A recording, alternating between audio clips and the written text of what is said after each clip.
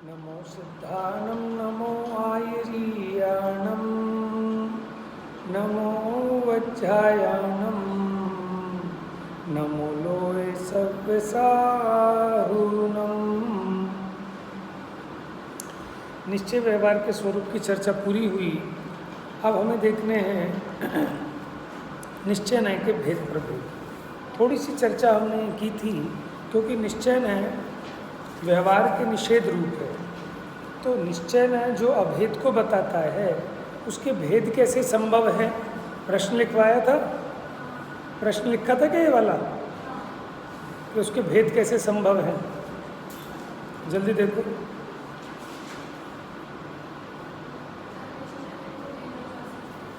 हाँ ठीक है। तो वस्तु जो है सामान्य विशेषात्मक है, उसके सामान्य अंश को विषय बनाने वाला निश्चय न्याय है और विशेष अंश को विषय बनाने वाला व्यवहार न्याय है। उसी के लिए द्रव्यार्थिक और पर्यायार्थिक भी बताया था। निश्चय न्याय के अनेक नाम बताए थे, फिर व्यवहार न्याय के अनेक नाम बताए थे। आइए पेज नंबर 74।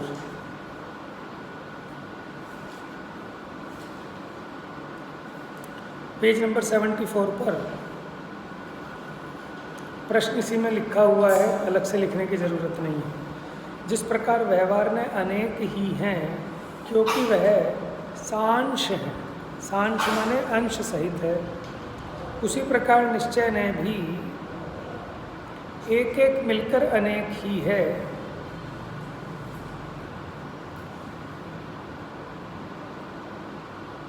यदि ऐसा माना जाए तो क्या आपत्ति है? प्रश्न समझ में आया क्या? कि व्यवहार न्याय तो अनेक प्रकार का है क्योंकि वह सांश है, माने अंशों को विषय बनाता है। लेकिन निश्चय न्याय अभेद को विषय बनाता है, तो अभेद यानी एक को विषय बनाता है, तो एक एक मिलकर अनेक हो जाएगा। माने यहाँ एक विषय को बनाया, यहाँ एक अखंड विषय को बनाया, यहाँ एक अखंड विषय को बनाया। अगर ऐसा माने तो क्या आपत्ति है? समाधान देखिएगा बेटा, किताब में देखो बच्चों। ऐसा नहीं है, क्योंकि अनंत धर्म होने से व्यवहार न्याय अनेक हैं, एक नहीं है। किंतु निश्चय न्याय का लक्षण न तथा है, इसलिए वह एक ही है, अनेक नहीं है। बात समझ में आई? व्यवहार न्याय अनेक क्यों है? क्योंकि अनंत धर्म हैं, उनमें से भेद कर करके एक एक धर्म को विषय बनाए, वो व्यवहार न्याय। लेकिन निश्चय न्याय का लक्षण क्या है? न तथा। व्यवहार ने कहा आत्मज्ञान वाला है, नहीं। ज्ञान वाला क्या होता है? तो भेद हो गया, न तथा कहेगा। अच्छा कोई कहे देह चेतन एक है, निश्चय न्याय क्या कहेगा? न या न तथा। ठीक है। अच्छा, फिर अगला पॉइंट का कि राग, आत्मा राग वाला है, तो निश्चय न्याय क्या कहेगा? न तथा। ठीक है। फिर कहा आत्मा ज्ञान वाला है, निश्चय न्याय क्या कहेगा? कौन सी गाथा में कहा? 7 नंबर गाथा समय सार जी।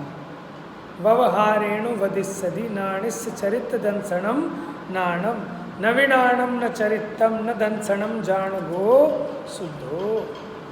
कि आत्मा ज्ञान वाला है, दर्शन वाला है, चारित्र वाला है, व्यवहार न्याय कहता है। लेकिन परमार्थ से देखे तो आत्मा न ज्ञान वाला है, न दर्शन वाला, न चारित्र वाला। यानी ऐसे जो भेद किए, इन भेदों से पार है। तो आपने तीनों जगह देखा निश्चय न्याय का एक ही लक्षण है, न तथा। निश्चय न्याय तो बस इतना ही करता है ना कि नहीं, ऐसा नहीं। निश्चय न्याय के एकत्व में दृष्टांत यह है, देखो दृष्टांत दे रहे हैं। ताम्र रूप उपाधि की निर्वृत्ति के कारण स्वर्ण प्रपण जिस प्रकार अन्य है, चांदी रूप उपाधि की निवृत्ति के कारण भी वह वैसा ही है, अन्य नहीं है। देखो इसको और सरल करते हैं। जैसे किसी को कैंसर के अभाव में होने वाला स्वास्थ्य, ठीक है, मलेरिया के अभाव में होने वाला स्वास्थ्य, हैजे के अभाव में होने वाला स्वास्थ्य, कॉलेरा, टाइफाइड के अभाव में होने वाला स्वास्थ्य, ठीक है, टीबी के अभाव में होने वाला स्वास्थ्य एक ही है कि अलग अलग है? स्वास्थ्य तो एक ही प्रकार का होता है, निरोगपना तो एक ही प्रकार का है, लेकिन बीमारियां अनेक प्रकार की होती हैं। लेकिन बीमारियों के अभाव में होने वाला स्वास्थ्य, उसके भेद नहीं किए जा सकते। स्वास्थ्य तो अपने आप में एक चीज़ है। उसी प्रकार तांबे की उपाधि से रहित स्वर्ण, मैंने जिसमें तांबा मिक्स नहीं है, तांबा हटा दिया, ठीक है, और चांदी की उपाधि से रहित स्वर्ण, अब आप कितनी उपाधियों से रहित बना लो, तो वो स्वर्ण तो एक ही प्रकार का होगा ना, शुद्ध स्वर्ण। अब वो चांदी की उपाधि से निवृत्त है, ताम्र की उपाधि से निवृत्त है, ऐसे समझाने के लिए व्यवहार से भेद किए। जैसे कि कहें मैं देह नहीं हूँ, मैं संयोग नहीं हूँ, मैं राग नहीं हूँ, ठीक है, मैं ज्ञान दर्शन के भेद वाला भी नहीं हूँ। ये तो व्यवहार में ऐसे भेद दिखाई दे रहे हैं।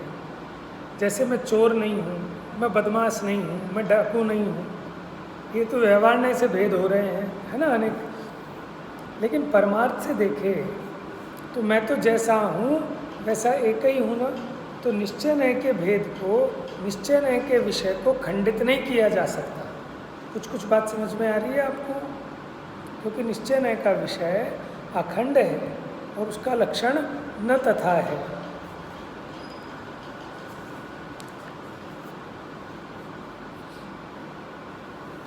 तो ये उनका निराकरण किया कि जो अपने ज्ञान के अपराध से निश्चय नय को अनेक प्रकार का मानते हैं।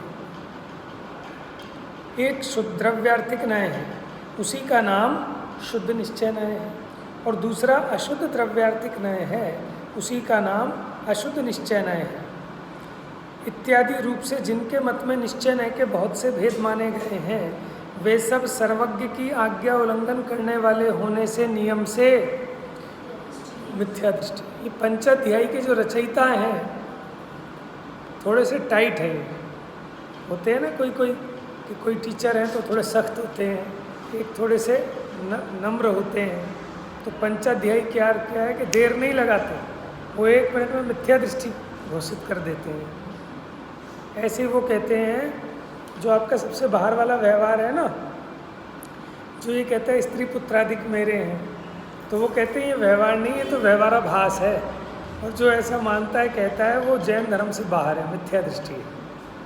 समझ में? इसीलिए पंचाध्यायी के नए अलग से पढ़ाए जाते हैं कि इनको अलग से पढ़ाएंगे। हालांकि उनका अभिप्राय वही है, क्योंकि वो कहते हैं आत्मानुभूति का प्रयोजन है निश्चय व्यवहार समझाने के लिए।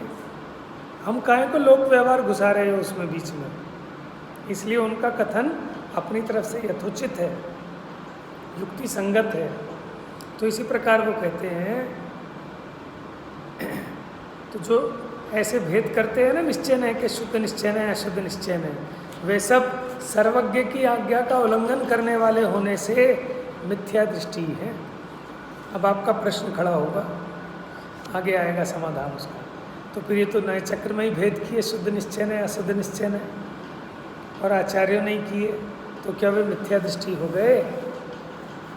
कि देखो हर एक की अपनी अपेक्षा होती है, सही है ना, वो भी सही है, वो भी सही है, अपेक्षा समझनी पड़ेगी।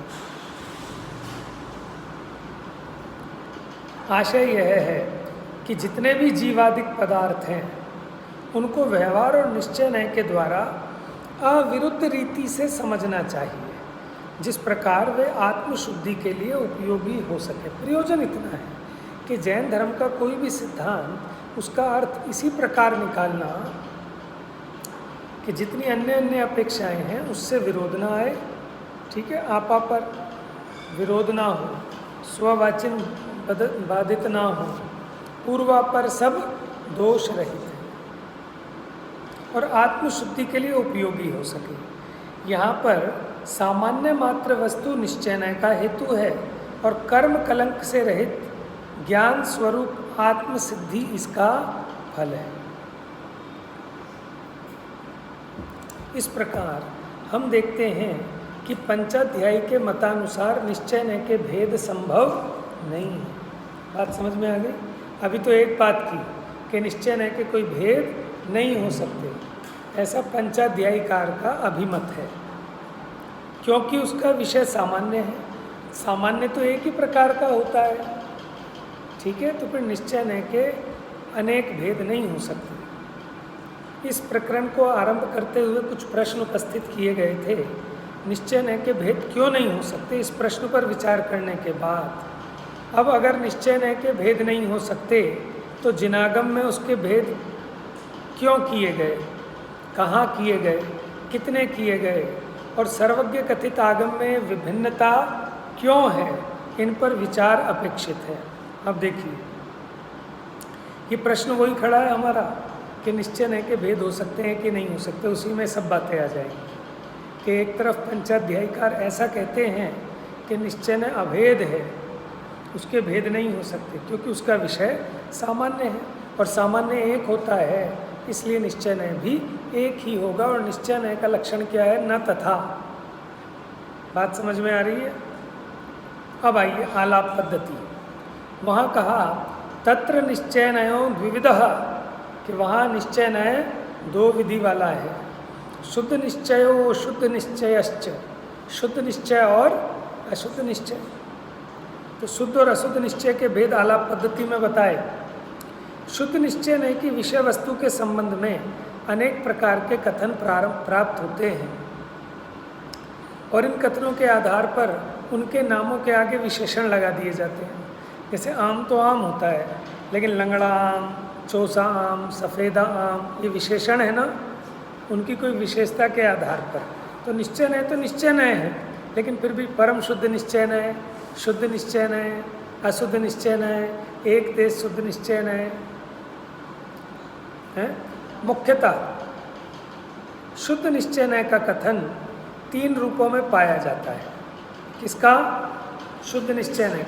मोटे रूप में दो भेद करते हैं, शुद्ध निश्चय नय और अशुद्ध निश्चय नय।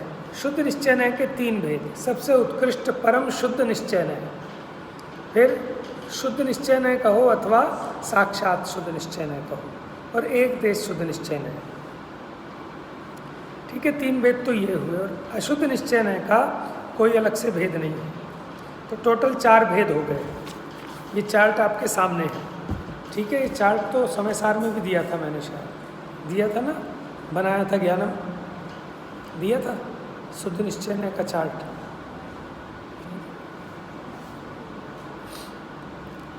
अब इसमें खास बात ये है कि देखो शुद्ध निश्चय नय दो जगह आ रहा है इस चार्ट में, देख रहे हैं आप, बुक में देखिए।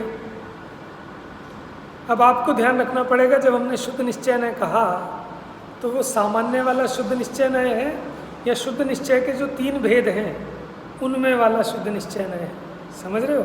शुद्ध निश्चय नय के तीन भेद, परम शुद्ध निश्चय नय, शुद्ध निश्चय नय, और तो अब आपको समझना पड़ेगा कि कहीं शुद्ध निश्चय नय लिखा है तो वो सामान्य रूप हो गया तीनों का एक अखंड रूप, अथवा कहीं पर उसका एक भेद, उसका नाम भी शुद्ध निश्चय नय है।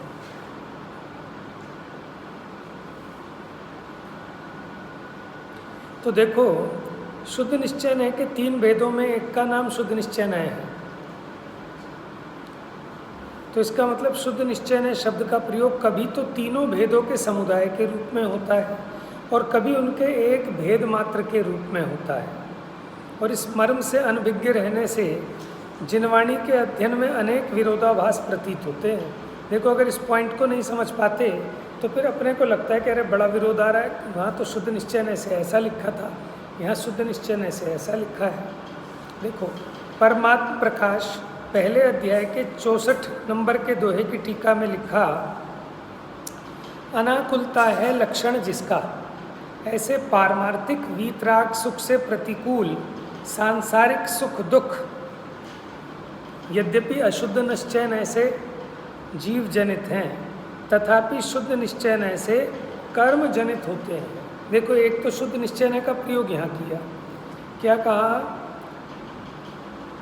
सांसारिक सुख दुख ये अशुद्ध निश्चय नय से जीव जनित कहते हैं, शुद्ध निश्चय नय से तो कर्म जनित है।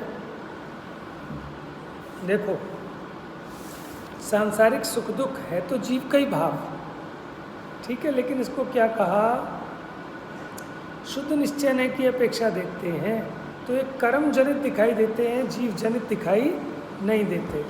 आगे देखो, बृहद्रव्य संग्रह गाथा 48 की टीका में क्या लिखा, ये समझना, ये याद भी रखना, और ये एग्जाम में भी आ सकता है।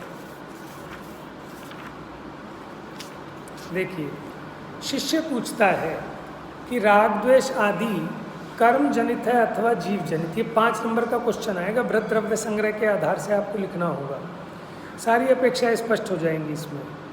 क्या कि राग द्वेष आदि कर्म जनित हैं या जीव जनित? समाधान, स्त्री और पुरुष इन दोनों के संयोग से उत्पन्न हुए पुत्र की भांति चूने और हल्दी के मिश्रण से उत्पन्न हुए वर्ण विशेष की भांति। देखो, चूना और हल्दी मिलाओ तो लाल रंग हो जाता है। कैसा? लाल रंग हो जाता है। उसी प्रकार राग द्वेष आदि जीव और कर्म इन दोनों के संयोग जनित हैं। क्या कह रहे हैं? जीव और कर्म के संयोग जनित है। जब ये दोनों मिलते हैं तो राग आदि उत्पन्न होते हैं। न्याय की विवक्षा के अनुसार विवक्षित एक देश शुद्ध निश्चय नय से राग द्वेष कर्म जनित कहलाते हैं और अशुद्ध निश्चय नय से जीव जनित कहलाते हैं। क्या कह रहे हैं यहाँ पर? एक देश शुद्ध निश्चय नय से राग द्वेष कर्म जनित कहलाते हैं। देखो, एक देश शुद्ध निश्चय नय आत्मा को शुद्ध दिखाएगा, तो एक देश शुद्ध निश्चय नय से देखो तो वो राग द्वेष कर्म जनित है, यानी जीव जनित नहीं है। और अशुद्ध निश्चय नय से देखो तो जीव जनित दिखलाई पड़ेंगे। ये अशुद्ध निश्चय नय शुद्ध निश्चय नय की अपेक्षा से व्यवहार ही है। हमेशा ही ध्यान रखना, जब हम आगे वाले नय की तरफ बढ़ते हैं तो पहले वाला निश्चय नय भी उसके सामने व्यवहार हो जाता है, क्योंकि उसका निषेध हो जाता है। नीचे वाला निश्चय नय ऊपर वाले निश्चय नय से निषेध हो जाने के कारण व्यवहार हो जाता है। अब पूछते हैं, साक्षात शुद्ध निश्चय नय से राग द्वेष किसके हैं? देखो, एक देश शुद्ध निश्चय नय से तो कर्म के कह दिए, अशुद्ध निश्चय नय से जीव के कह दिए, लेकिन साक्षात शुद्ध निश्चय नय से किसके हैं ये राग द्वेष? साक्षात शुद्ध निश्चय नय से स्त्री और पुरुष के संयोग से रहित पुत्र की भांति।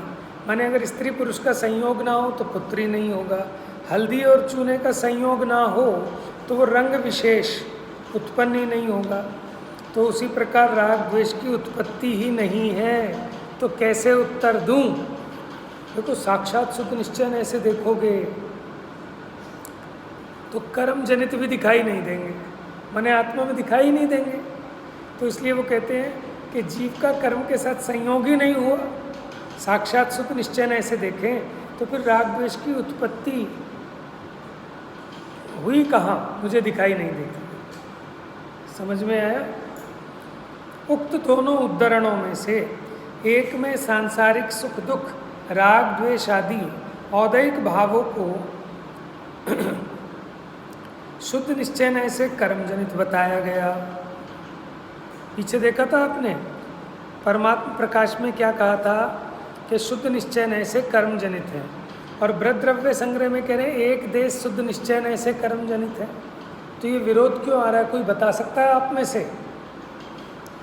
बृहद्रव्य संग्रह में तो कह रहे हैं एक देश शुद्ध निश्चय नय से कर्म जनित है, और परमात्मा प्रकाश में कह रहे हैं, क्या कह रहे हैं कि शुद्ध निश्चय नय से कर्म जनित है। तो एक जगह शुद्ध निश्चय नय से कह रहे हैं, एक जगह एक देश शुद्ध निश्चय नय से कह रहे हैं। कौन बता पाएगा? हाँ, बताओ।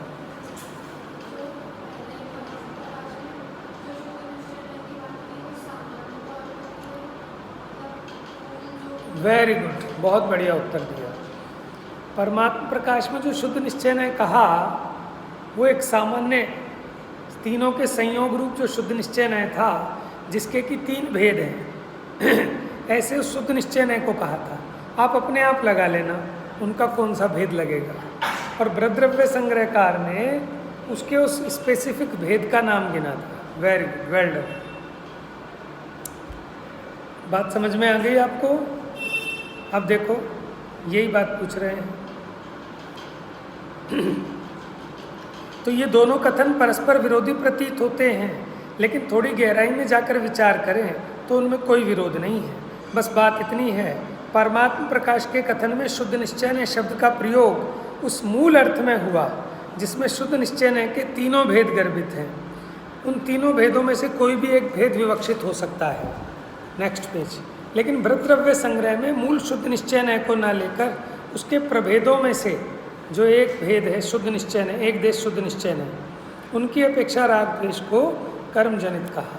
साक्षात शुद्ध निश्चय से उनकी उत्पत्ति से ही इनकार कर दिया कि जब संयोग ही नहीं हुआ तो फिर उत्पत्ति कहाँ से होगी। यदि कहीं ये कथन भी आ जावे कि शुद्ध निश्चय से वे है ही नहीं, देखो कहीं तो ऐसा लिखा शुद्ध निश्चय से कर्मजनित है और कहीं ऐसा लिख सकते हैं शुद्ध निश्चय से राग द्वेष है ही नहीं, तो कौन सा शुद्ध निश्चय लगाना? वो साक्षात शुद्ध निश्चय वाला।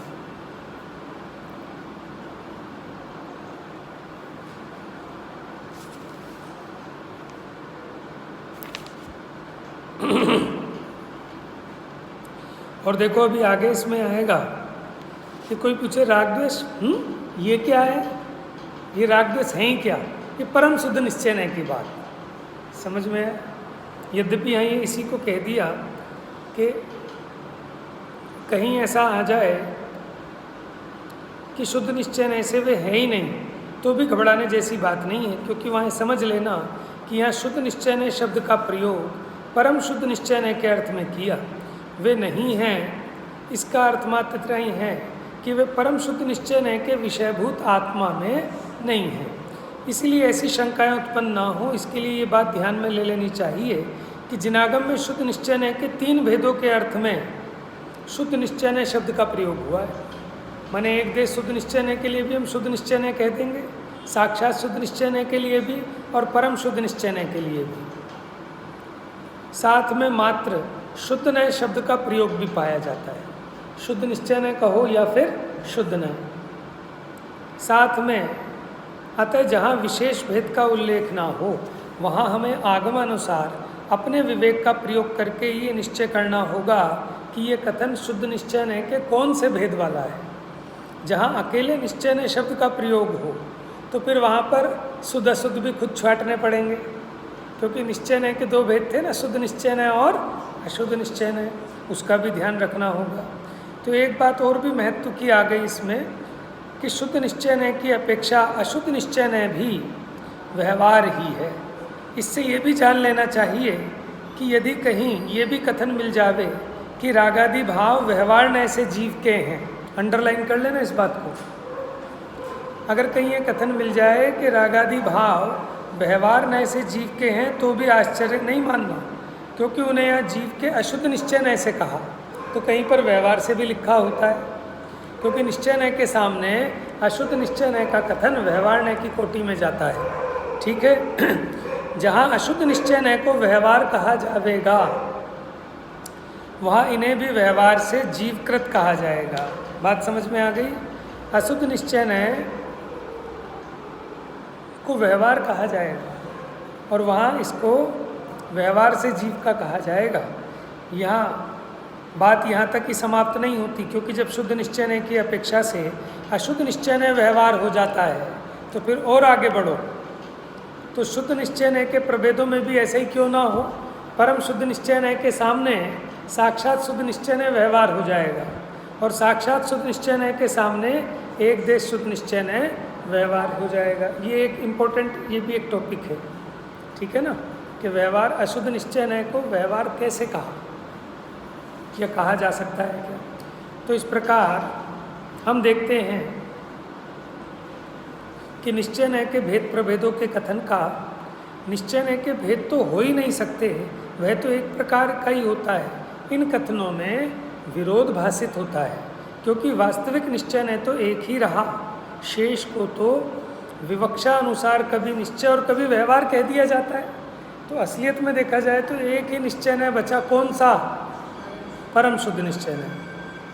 ठीक है, वो कभी व्यवहारपने को प्राप्त नहीं होता, उसके भेद नहीं होते। अतः वास्तविक निश्चय ने तो अभेद ही रहा। तो इसलिए भैया हमने पहले कहा था कि जिनेंद्र भगवान का नय चक्र बड़ा जटिल है, उसे समझने में अतिरिक्त सावधानी बरतने की आवश्यकता है। तो हमें अपनी बुद्धि से लगाना पड़ेगा कहाँ कौन से नय की बात है। ठीक है, इसलिए नयों का स्वरूप जानना अत्यंत आवश्यक है। निश्चय नय का विषय तो अभेद ही है। ठीक है, भेद प्रभेद बताए जा रहे हैं तो भी निश्चय नय की अभेदता कायम है। अब निश्चय नय के भेद प्रभेदों की विषय वस्तु के बारे में कल चर्चा करेंगे। कल एग्ज़ाम तो नहीं है आपका, तो कल क्लास होगी। किस सब्जेक्ट का है?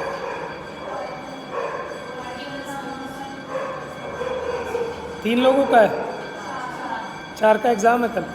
परसों किसी का नहीं है, तो कल बताओ।